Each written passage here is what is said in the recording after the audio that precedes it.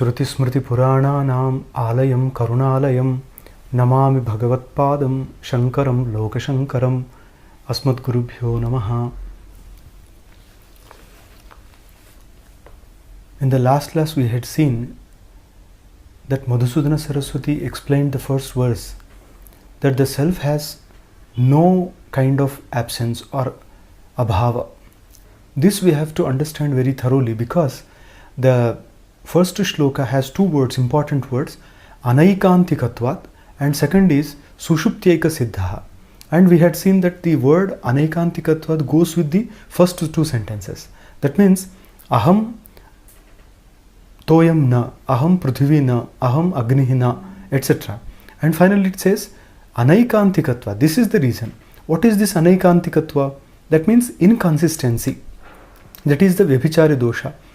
Because all the other gross elements have destruction, all the senses have destruction, and all the other base of senses have destruction, they are not the self. They are non-self.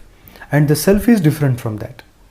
And self is na abhava pratyogi. That's what Madhusudana Saraswati explained. Na abhava pratyogi. That means the self is never the counter positive of absence. That means it doesn't have any kind of absence. What kind of absence? We find, according to the Nyaya Shastra also, that the absence is of four types. Praga bhava, pradhvamsa bhava, anyonya bhava, atyanta bhava. What is this praga bhava? Santaha anadihi pradhvamsa bhava. Anadihi santaha praga bhava. Traikalika sambandhavachina pratiyogita ka bhava, atyanta bhava. तादात्म्य संबंधावचन प्रतियोगिता का भाव अन्योन्या भाव. So this way we have the definitions of all these abhava. Now take for example the pragbhava. What is that? The absence of a particular object till its creation. The moment it is created, it has some existence, but before that it has absence, and that absence is identified as pragbhava. And this pragbhava is beginningless.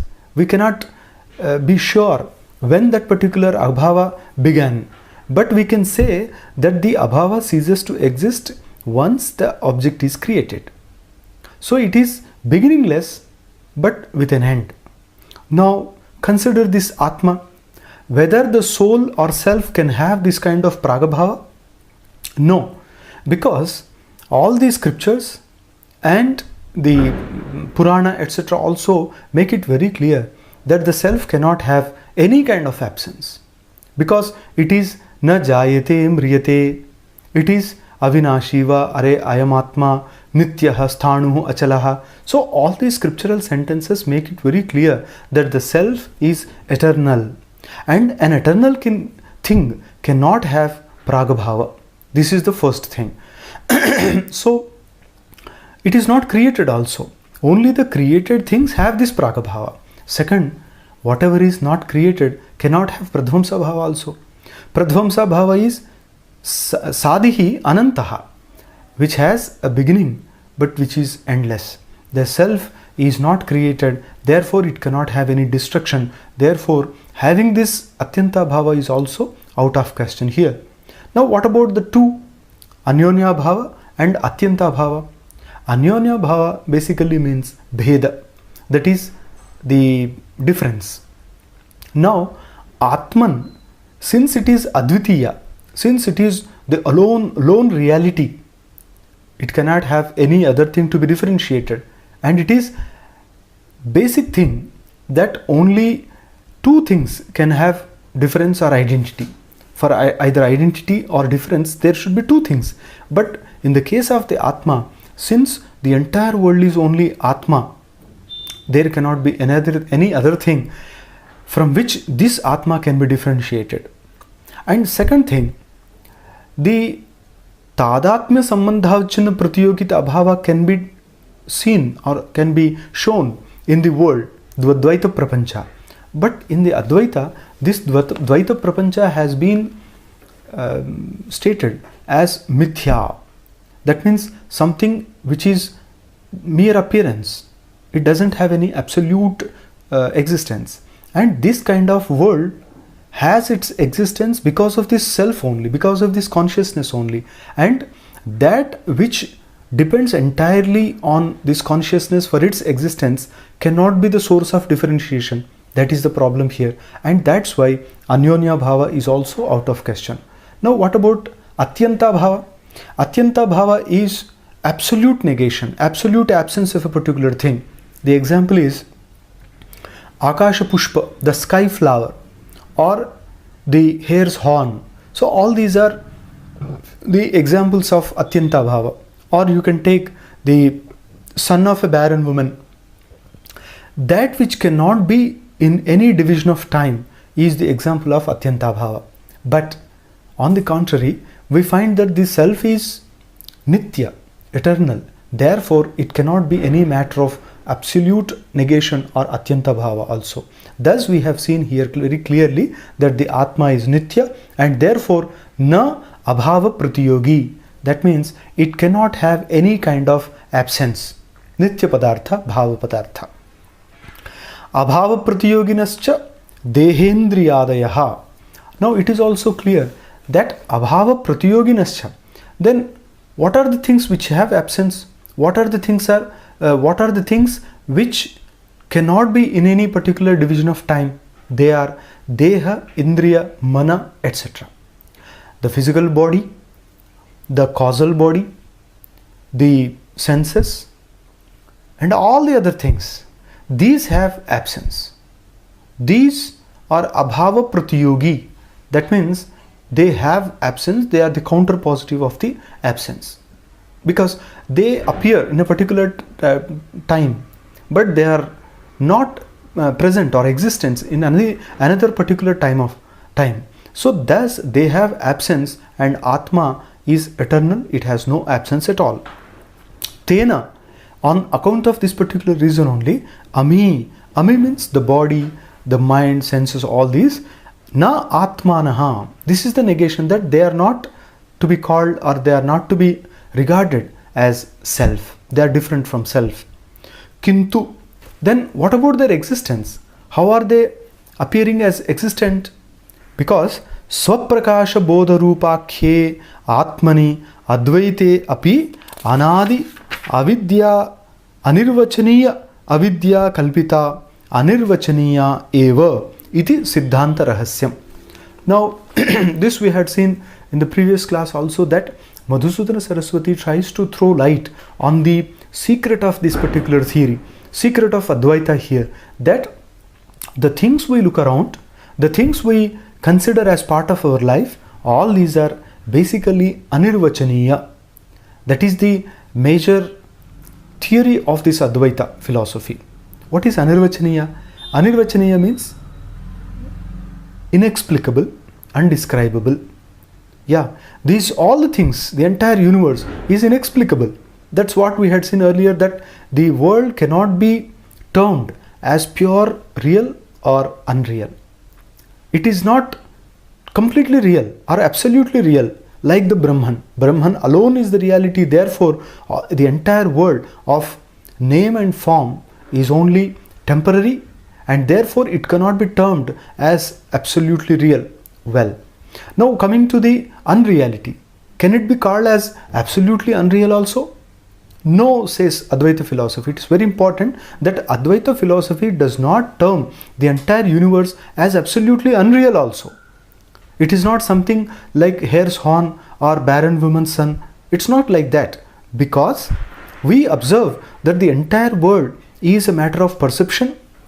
Not only that, it accomplishes something, it achieves something, it serves some purpose, and on account of that also it cannot be called as entirely unreal. Now these two extremities are there. Something should be either real or unreal. But the world is of such kind that it cannot be called entirely real or entirely unreal also. And because of this particular condition and state of this particular universe, the Advaita philosophy has intelligently termed it as Anirvachaniya. That means which cannot be termed as real or unreal, which cannot be absolutely definable. This is very important here. the world cannot be absolutely definable. And we remember here the major theories of physics also. In physics also we find the late 60s and 70s also there were theories. Even Eddington and others had come to the conclusion that the world cannot be explained and defined in real terms. When the atomic theory was developing, the atomic scientists held the view that the true nature of atom cannot be expressed in terms of positive or negative. That means it cannot be completely said it is real or unreal, and especially when it comes to the behavior of energy, we say that it can be waves, it can be particles also. So here we find a complete harmony between the views of philosophers and the theories of scientists also.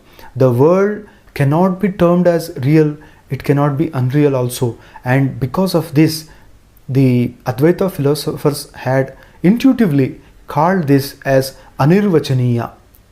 And Anirvachaniya being the sole theory of Advaita, the major weapon of Advaita, the great logicians, dialecticians of Advaita like Sri Harsha, Chitsukhacharya, and even Nrsimhasrama. So all these great dialecticians of this philosophy had aimed their arguments on this particular definition.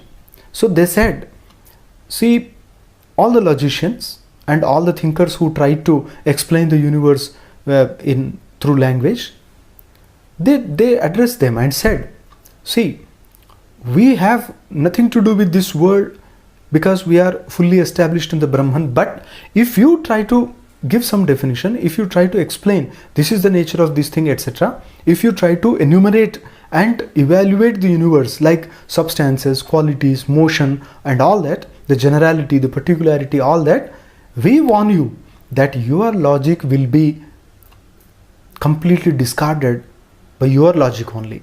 That means your logic is not strong, and all that you try will be easily discarded by the methods of your logic only. And this what all the great logicians of the Advaita philosophy try to establish. And now Madhusudana Saraswati here explains that all the things around are only Anirvachaniya. Take for example cloth. We look at some cloth, we call it the cloth, and it serves the purpose. We dry up our body, okay, but what is cloth? Now we come to that. They are only threads. Threads arranged in a particular order are called cloth.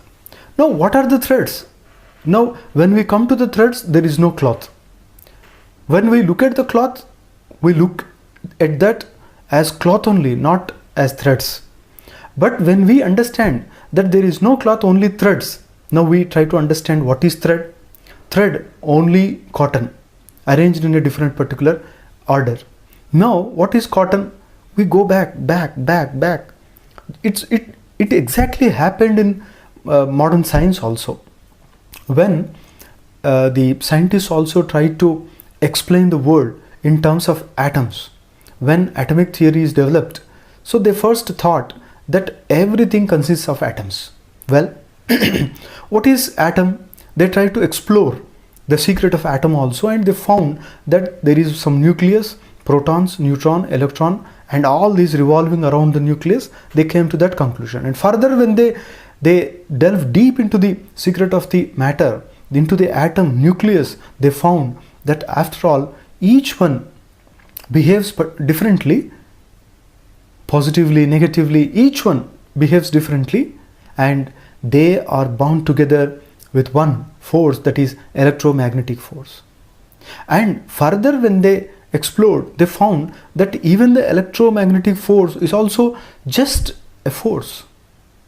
It is not something particular, and that force, when further explored, revealed the fact that everything is only mind. Everything is only the force called mind, and it is actually projecting itself, they found. And this conclusion, it's actually astonishing. But still, we find some similarity between modern science and our Vedanta philosophy also. And here, the cloth is not there, it's only thread. But the threads are also not there, it's only the cotton. This way, when we go into the matter, we go into the things, we find that the things are only names and forms. Whether it is a pot, whether it is a cloth, whether it is this body, whether it is the ahankara, the ego, the I, that is also, when scanned thoroughly, when we shun away all the outer layers and get into ourselves, we find that the pure self, which appears to be in the sheets in various layers, is absolute consciousness, energy. It is pure energy, and all the layers are only material and they are discarded, they have destruction. And when they are totally shunned away, we get into the pure self. And Madhusudana Saraswati tries to explain to us here that all the things outside are only anirvachaniya. We cannot take them as absolutely real, but we cannot negate them as absolutely unreal also.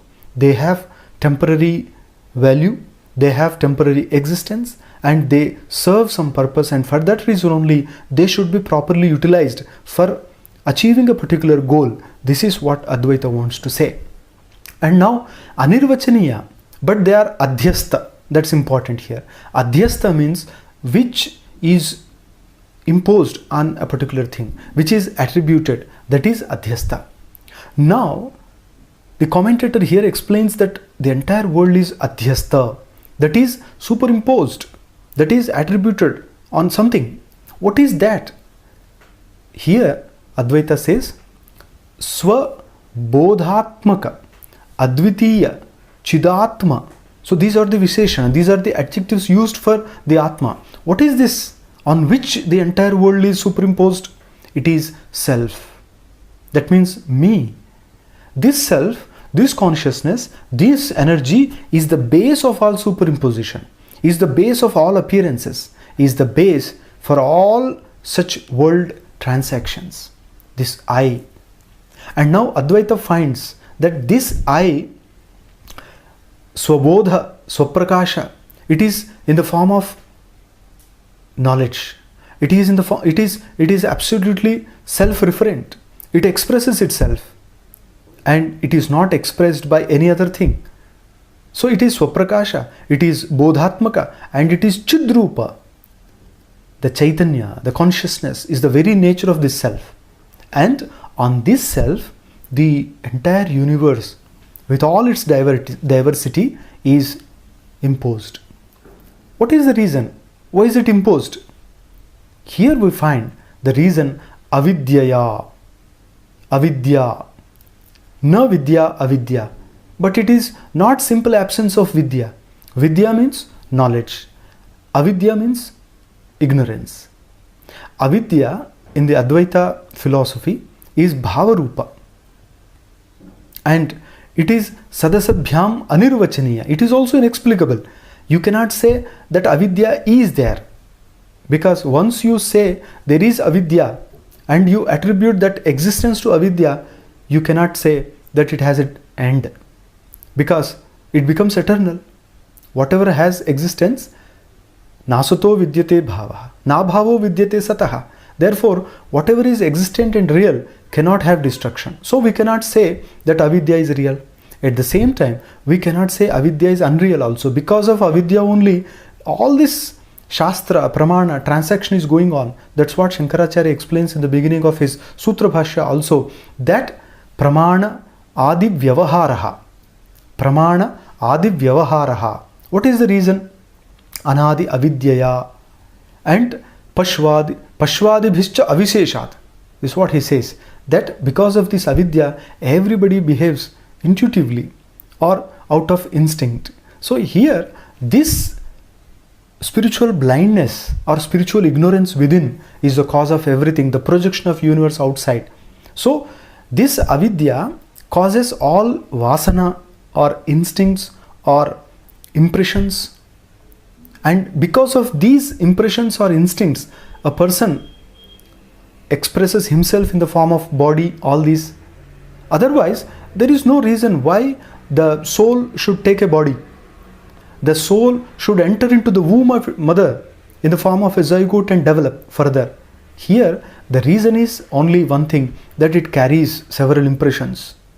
And there is no reason otherwise. That's why we should propound that the avidya or the nescience, the spiritual ignorance alone is the cause, driven by which the soul takes the body, and because of which he finds a world outside and he participates, he shares everything there, enjoys and experiences all the other things. Thus, this avidya is the cause of all this transaction, and this avidya itself is anirvachaniya, inexplicable.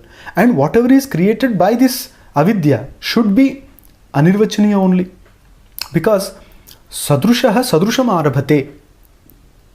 Because we find as a rule that a thing of a particular kind should create something of its own kind. So this avidya or maya is itself inexplicable. Therefore, whatever it projects on the mind itself is anirvachaniya or inexplicable only.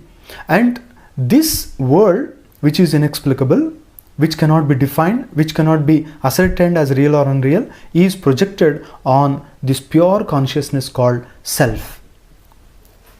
Now, this is the Siddhanta Rahasya. And now, there is a doubt. Nanu bodharupe atma iti tava abhyupagamat sushuptau cha bodha bhavat गाढ़ं मूढ़ोहमासं न किंचिदवेदिशमिति सुप्तोत्थितस्य परामर्शात् कथम अव्यभिचारिता तस्य इति आशंक्य आह.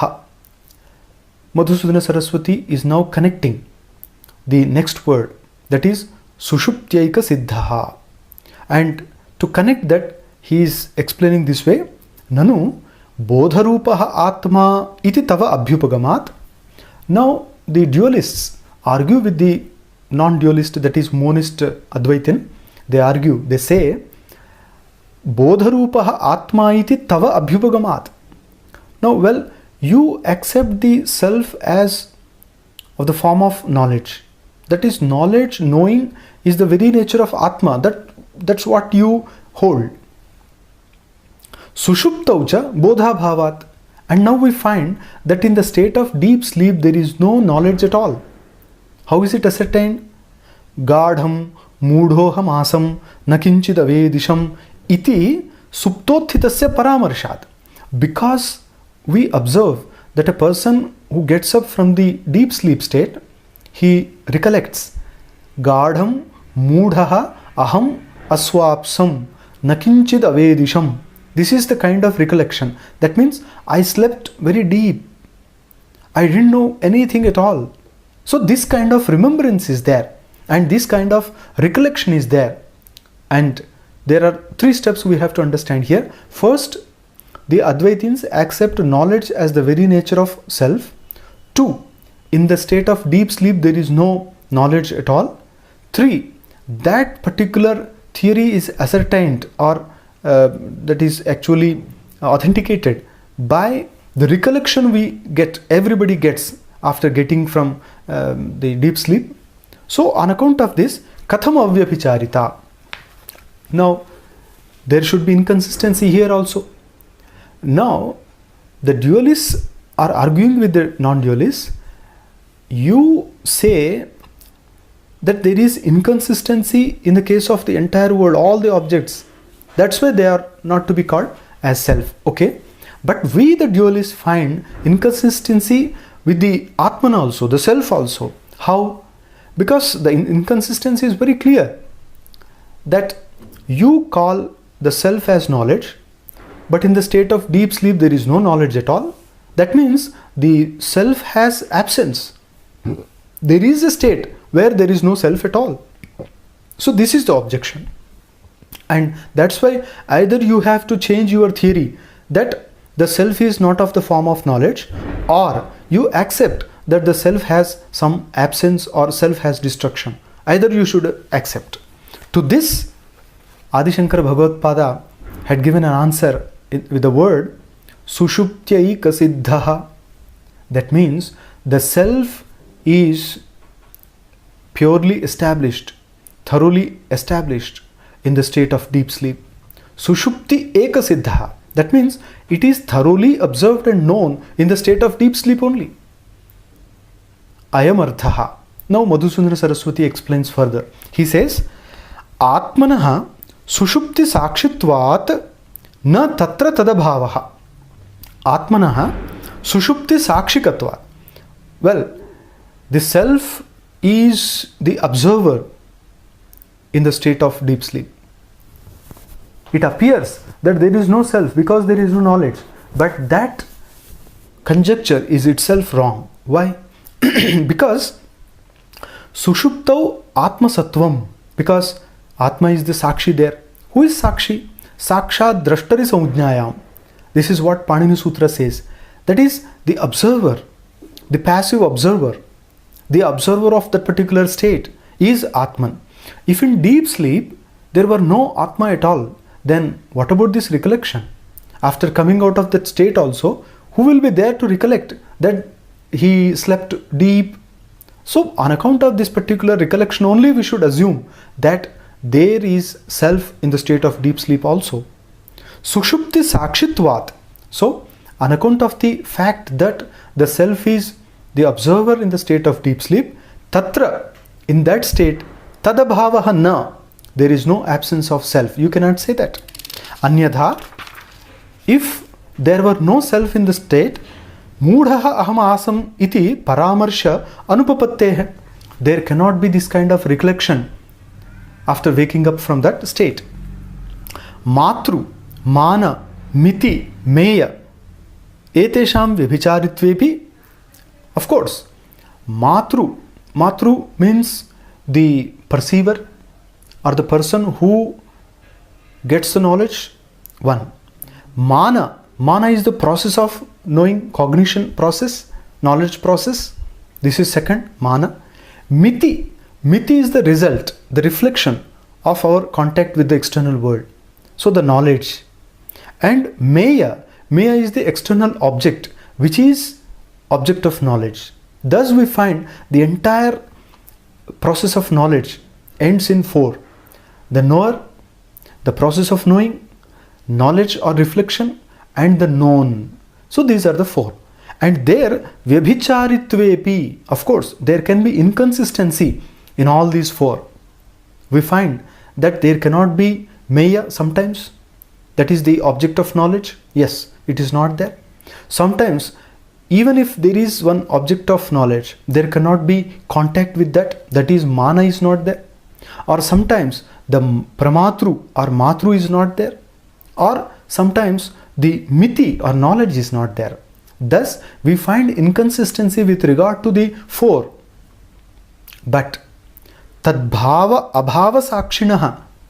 But the consciousness, the energy, the feeling I, that Tadbhava Abhava Sakshinaha, it is the observer, it is the witness of all the presence and absence of these four. This is very important here, that in the deep sleep, in the state of deep absorption, spiritual absorption or meditation, and in coma, in all these states, there is some energy. But in spite of the presence of that energy also, no pramata, because there is no contact with the external world. That's why there is no knower. No mana, there is no contact. There is no miti, there is no knowledge. And meya, there is no object of knowledge. Nothing. Not even a single one of all the four. But still, the energy in the form of witness is there. Otherwise, sometimes we come to learn that after remaining in the state of coma for 4 years or 5 years also, a person comes out of that and he recollects everything. He identifies his own people. Very rarely does it occur, but still it occurs. It means that in the state of coma, everything is there. But pramata, pramiti, pramana, prameya, the fourfold, the prama system is not there. But We cannot say on the basis of this that there was no self at all in the state of that coma. In coma, the person is there, but the entire knowledge process is not there. Similarly, in the state of deep sleep also, there is pure self that is in the form of energy, and that energy flows through the body, and Vyabhicharitva or inconsistency is with regard to the other four, but not with this self. Kalatrayepi avyabhicharat. That's why this self cannot have any inconsistency in any division of time. That means we cannot say that the self was not there in the past, is not there in present, or will not be there in future. So this kind of vyabhichara or inconsistency will not be there with regard to the self, because it is eternal. That's what all the scriptures endorse. Now, this is answered that the self's presence is observed in the state of deep sleep also. Now, Nanu, another objection is raised. Pramashrayah pramata Saeva karta bhokta Pradipavat swapara sadharana sarvabhasakascha iti na ghatativat sakshi sapekshaha iti chet na. So from Nanu to iti chet, this is somebody's view, the opponent's view. What does he say? He says, Nanu pramashrayah pramata. That means, what is the definition of pramata? Who is he? Pramata means pramayaha ashrayaha. Pramata means knower. Knower means what? The substratum, the locus, the base of the prama, of real knowledge. That means, in easy terms, it is simple that the one who gets knowledge is pramata, pramashrayah. Saeva, and that person who gets knowledge is karta. Naturally, he is the performer, he is the agent, he is the doer. Bhokta, and he is the enjoyer of the result of his deeds also. So that's why whatever is the base of knowledge should be the base of action, and should also be the base of experience of good and bad. So this way, pramata, karta, bhokta, all the three are connected. Pradipavat, and it is like a lamp. Swa, para, sadharana, sarvabhasakascha, and it is like a lamp which illuminates itself and rest of the things also. A lamp naturally shows itself, and with its help only we can see other things also. Similarly, the self, swapara sadharana sarvabhasaka, the self doesn't require any other light to show itself.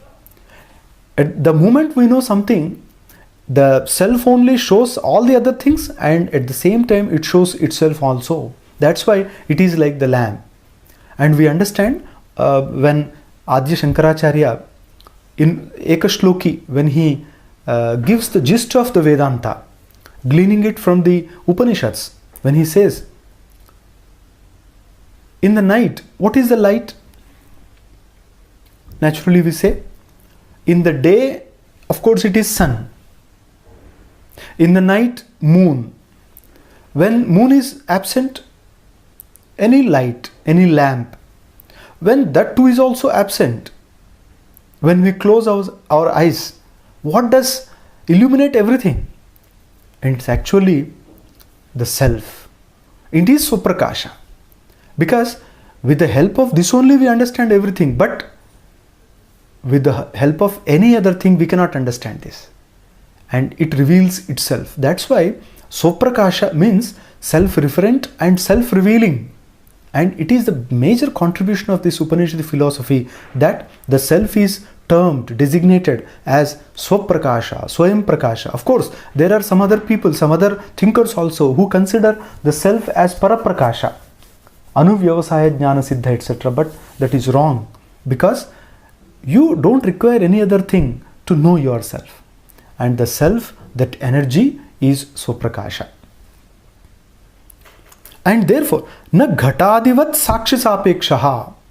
And the objection here is, okay, according to the Advaita philosophy also, the self is like lamp, he is sarva bhasakaha, the self or the energy here within, it illuminates everything. Now, what you said about this deep sleep state also contradicts with this. Why? Because you said that there is self in the state of deep sleep, but there is no knowledge or in the entire process of knowledge, knower, known, everything. And the objection now is that ghatadivat sakshi sapekshaha na. We understand that the objects like ghata, pata, pustaka, anything, any object outside, that requires the lamp or something to show itself. Well, sakshi sapeksha, some observer or witness is required there. But this self is swayam prakasha. That's why, how can you say that sakshi bhasya, he is the witness and on the basis of that only its existence is proved. So how can you say that it is not like something, some external object? So it cannot be sakshi siddha also. That is the point of objection here. Iti chet na. Now Madhusudana Saraswati refutes, saying that vikaritvena swavikara sakshitva anupapattehe drishyasya द्रष्टृत्व अभावात् प्रमातुश्च परिणामित्वेन दृश्यत्वात् एकस्य कूटस्थस्यैव सर्वसाक्षित्वात्. These are all reasons here. Why we understand the presence of self here as sakshi bhasya? That means its presence is inferred from the recollection after waking up from the state. How? Now Madhusudana Saraswati explains that vikaritvena swavikara sakshitva anupapattehe. Vikari means whatever has modification, and Atman has no modification at all. It is energy, and energy changes its form, but it doesn't undergo any modification. That is the basic theory of universe, basic principle of universe, that energy has various forms. And here the self also is an energy, and it cannot have any modification, it can have only form. Here vikaritva anupapattehe, swavikara sakshitva anupapattehe. So it cannot be witness of its own vikara. 2. Drishyasya drashtrutva abhavat. Drishyasya, whatever is perceivable, whatever is perceived, that cannot be drashtru. That means that cannot be the seer, the viewer, the observer. The thing observed cannot be itself the observer. If the self is stated to be observed, then it cannot be the observer. Because the basic principle is that whatever observes, whatever sees, whatever perceives, whatever understands, cognizes, comprehends, that itself is the self. Now, it cannot be observed by any other thing. If you say that this self is also observed by something, so that observer and its nature is to be established. And for that logical problem only, the Vedanta philosophy says that the self is observer always, it is never observed. Drishyasya drashtrutva abhavat. And the observed thing cannot be the observer. So all the material, all the inert, insentient objects outside cannot be observing agents. Pramatuscha parinamitvena. Now coming to your objection that the pramata means pramashraya, he is karta and bhokta. Now the problem is pramata is parinami. Pramata means that which has modification. Pramata is also something modified. It is only, as stated earlier, as explained in the beginning of the exposition only, pramata is a conditional state of soul. It is not absolute state. Knowing is actually connecting myself through senses with the universe outside. So only when my senses are active, I can connect myself with the universe. And when are my senses active? Only when the mind is active. When is my mind active? Only when my impressions are active. And when are the impressions are active? Only when there is the spiritual ignorance. And now we understand a chain-like connection there. That's what the Yoga Sutra also says. Avidya kshetram uttaresham prasupta tanu vichinna udaranam. The Yoga Shastra explains to us that the avidya, this ajnana, ignorance, spiritual blindness, is the base. It is like kshetra. It is like a field, an agricultural field. What happens there? When the vasana are sown, then the other sprouts come up. What are the sprouts? Raga, dvesha, kama, krodha. These are all the sprouts. And the bija, the seeds, are the vasana. And the vasanas are sown in the field called avidya. That's why avidya is the mother of all the children. What are they? Asmita, raga, dvesha, abhinivesha. That's what the Yoga Shastra explains. And in the Vedanta philosophy also we find that the avidya is the base of all the other impurities. And this avidya being removed, there is pure self. When this avidya attaches itself, then we have pramata, karta, bhokta. And this particular important theory of Advaita philosophy has been reiterated, has been emphatically stated by Shankara Bhagavatpada several times in all the Upanishad Bhashya and Sutra Bhashya also, that the kartrutva, bhoktrutva, everything is attached to the self. The self is pure. He wants to say this. That's why Ishavasya Upanishad beginning also he says very clearly that ete mantraha karmasu aviniyuktaha ete atmanaha yadhatmyam avbodhayitum pravruttaha. So all the Vedic Upanishadic mantra are there to explain to us the true nature of self, that the self is only energy, it is not the agent, it does not do anything, it is not the enjoyer of fruits of deeds also, and it is not the knower also, because knowing is also a conditioned state of self. So pramata, whatever is the pramashraya, etc. explained. So now Madhusudana Saraswati says that pramatuscha parinamitvena. Pramata is also a conditioned state, and therefore parinamitvena, it is also a modification.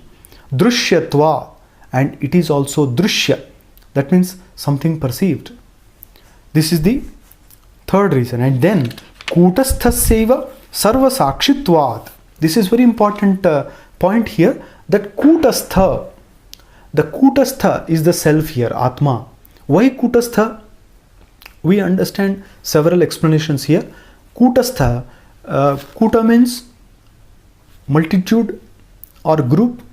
Kute tishtati kutastha. That means that which resides in a group, in a multitude, is also kutastha.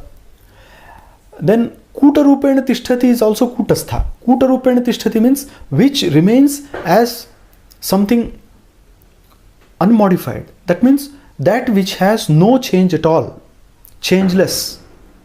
That is also kutastha. And third thing, kuta means secret. Kutastha means kuta iva tishtati. That means that which remains as something deep secret.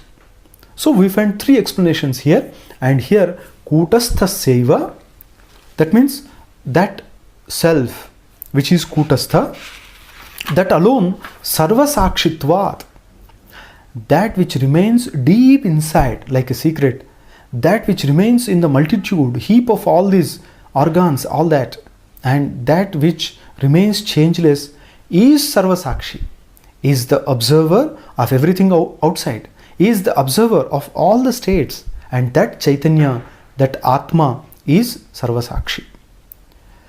Now this is explained, but further the argument continues.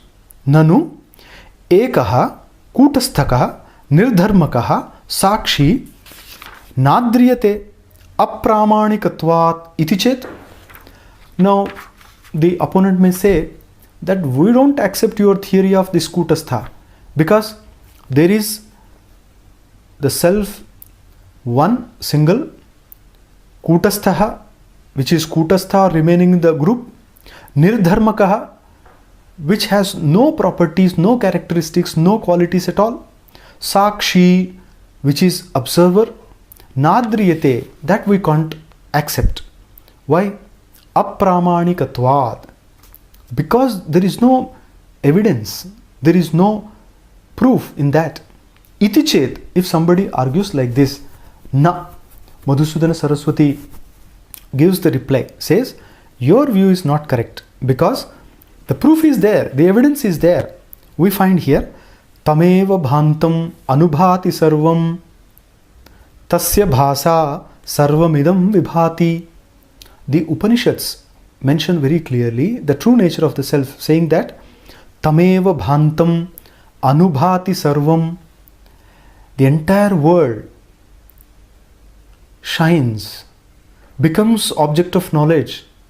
Tameva bhantam anubhati, only when there is the reality called self. Because I am in this body, because there is the energy called self, I am able to perceive the entire world.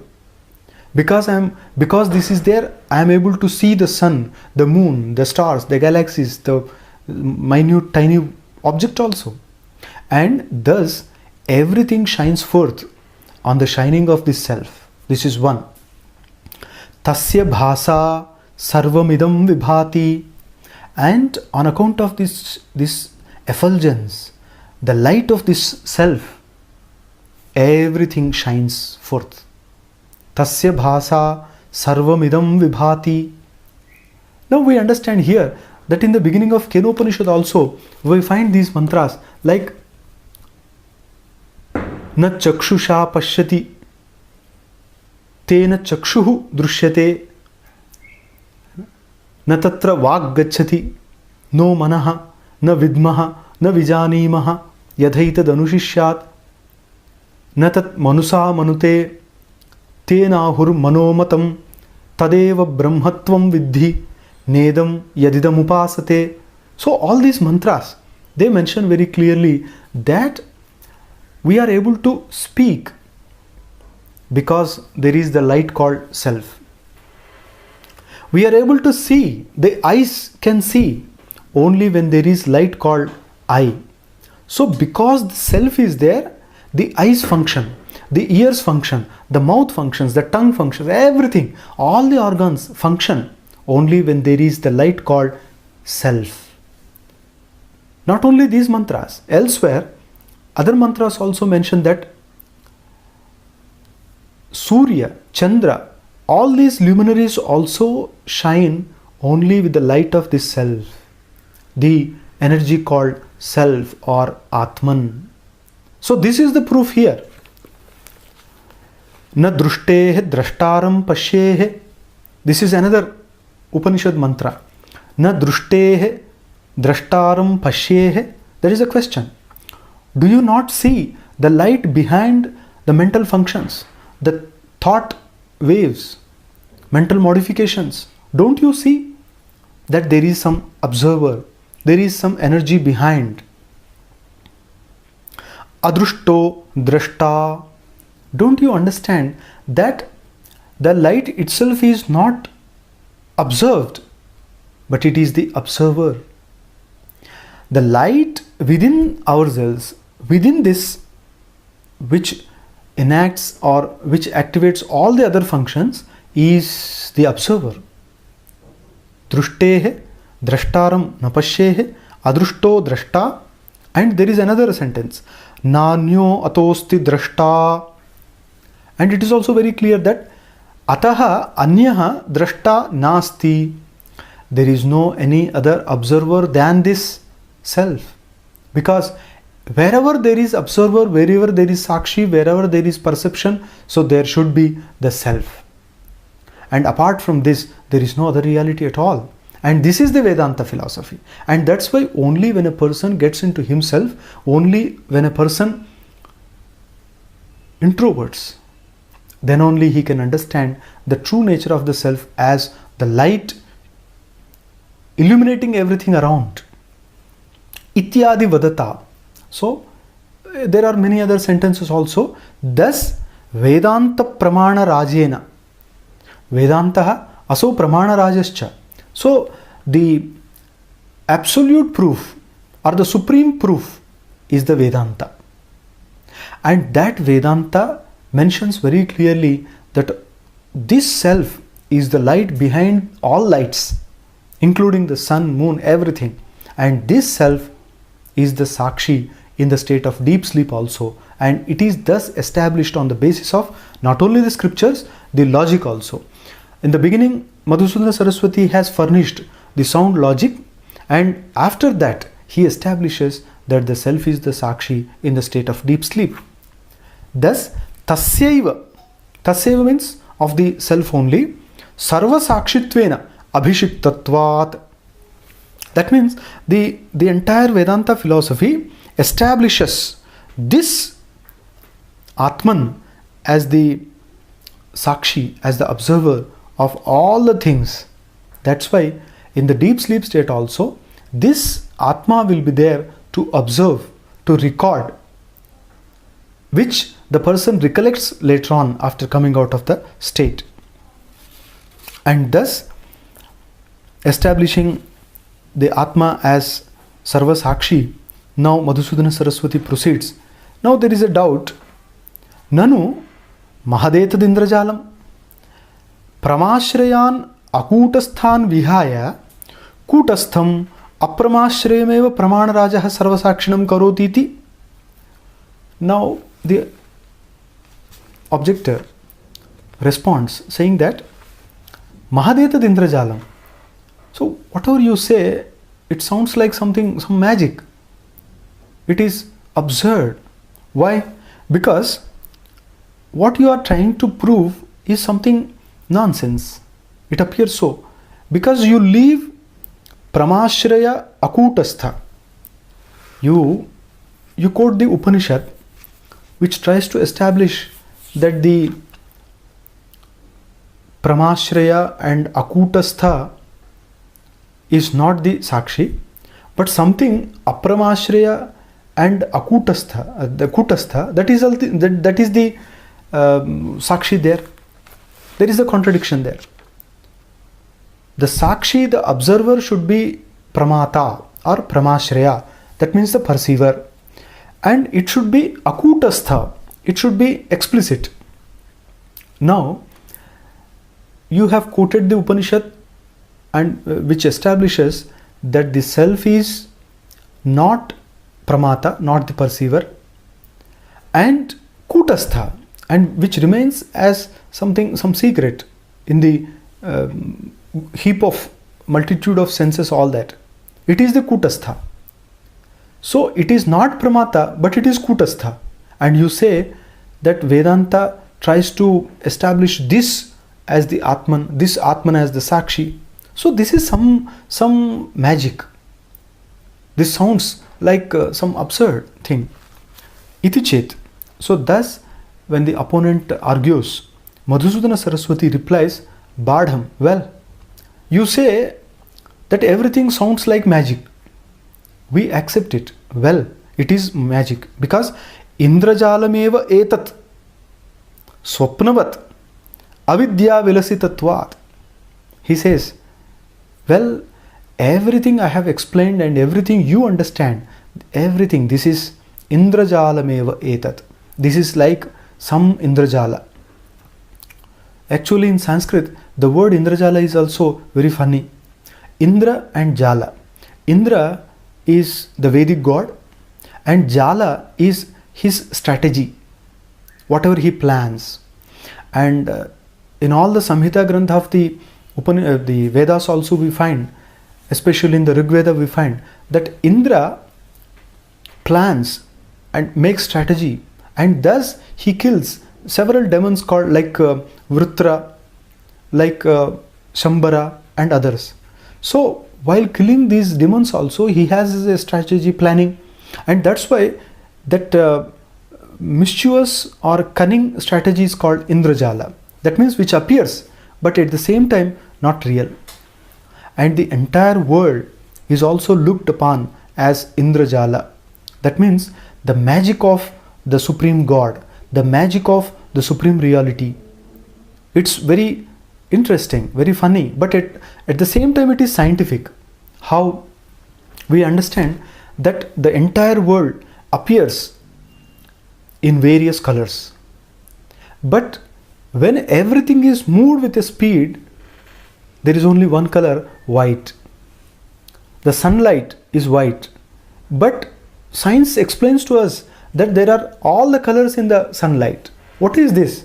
It is only Indrajala. This is actually the magic. Similarly, there appears the rainbow. Where is that? One cannot go to the rainbow and catch it or cut it into pieces and get into his house. Though it appears there, it is not there. It is just appearance. Similarly, in the Antarctica area also, when the light gets reflected in the ice, there appears something in the sky, but it is not there. And several such appearances are proved to be deceptive, and that's why called Indrajala. That is magic of the Supreme Reality, and the entire world experience is also Indrajala, magic of the Supreme Reality. That should be understood. Now Madhusudana Saraswati smiles at them and says, well, Indrajalameva etat. We don't negate it. You have come to the point that this world experience is only Indrajala. Swapnavat. How? It is like dream. In the dream state also we observe that the experience we get as dream is negated when we wake up. But as long as we are in the state of dreams, it is real. It appears to be real. That's why it is Indrajala. Avidya vilasitatvad. What is the base behind? It is, after all, avidya. That is ignorance of the nature of true self. When I don't know exactly what I am, what this me energy, then I try to express myself various ways. That is called avidya vilasa. That means the glory of avidya, the dance of avidya, the magic of avidya, and it is like dream state. And this experience around, which appears to be real also, is like dream state. Only on the realization of the Supreme Reality or the cosmic reality, when we wake up in that state, Ya nisha sarva bhutanam tasyam jagrati sanyami, yasyam jagrati bhutani sa nisha pashyato munehe. That's what Bhagavad Gita says. When we wake up in the spiritual sense, in our true selves, then the entire appearance disappears.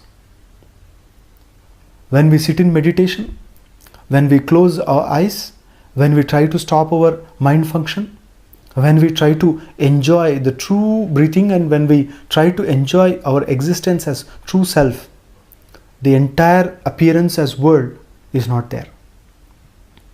We remain as pure self. Tada drashtuhu swarupe avasthanam. That's what Yoga Sutra says. That means the seer remains in his pure form as self. This is true.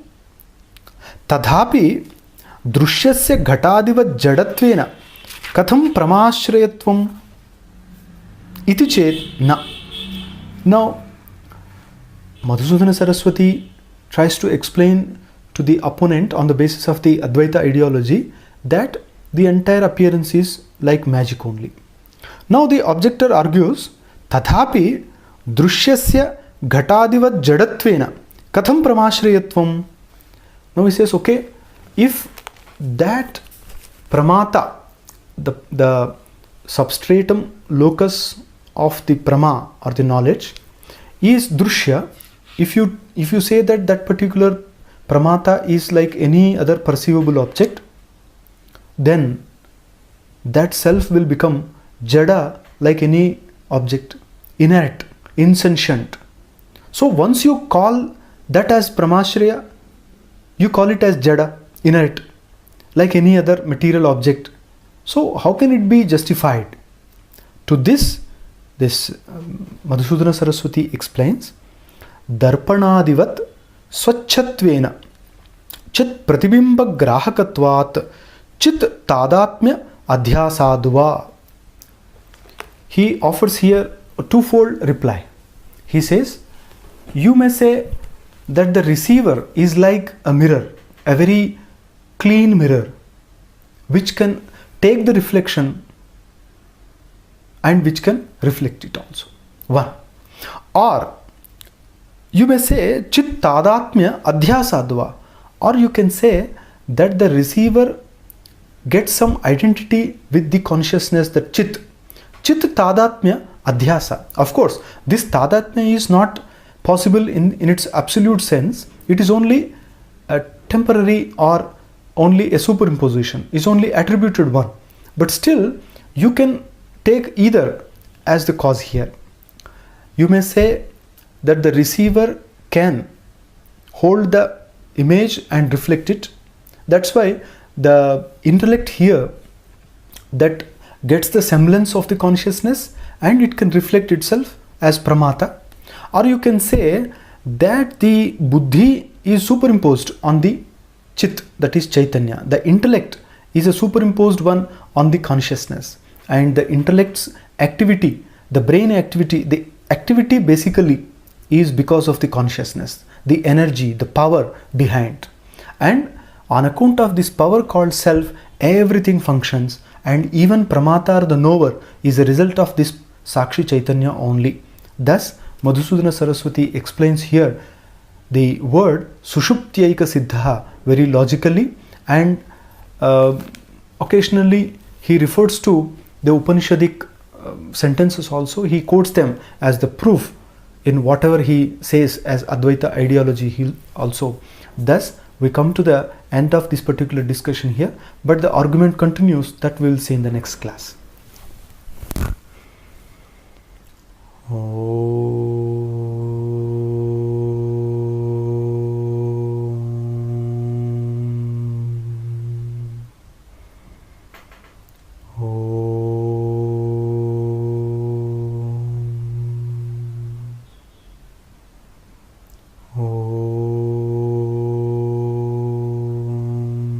Shanti, Shanti, Shanti.